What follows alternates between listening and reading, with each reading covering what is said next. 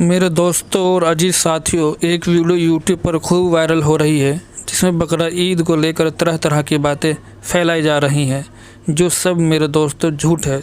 कहा जा रहा है कि नरेंद्र मोदी ने बकरा ईद के मौके पर एक अहम फैसला लिया है, या अब की बार मोदी ने बकरा ईद पर नए नए कानून बनाए हैं, या बकरा ईद पर ईद की नमाज नहीं होगी।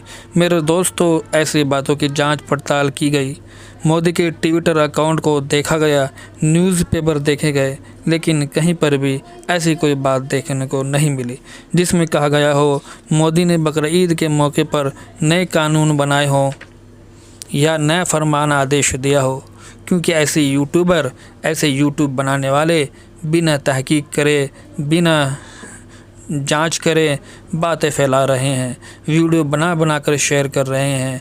इनका वीडियो बनाने का मकसद झूठी तरक्की करना है।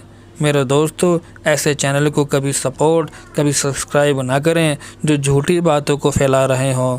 इससे मुसलमानों के अंदर दहशत फैलेगी, डर पैदा होगा, और जो गलत किस्म के लोग मुसलमानों को ईद के मौके पर परेशान करेंगे, जिससे दंगा होने का भी अंदेशा है।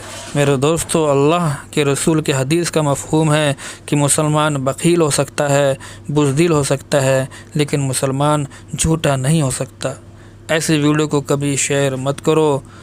हमारा चैनल बनाने का मकसद यही है कि दोस्तों, हक़ और सच बात दुनिया तक फैलाई जाए, जिससे हमने अपने चैनल का नाम भी हक़ की बात इंडिया रखा है। आप हक़ वाले चैनल को सपोर्ट करिए और सब्सक्राइब करिए, और हक़ बात और सच्ची बात ही आगे शेयर कीजिए।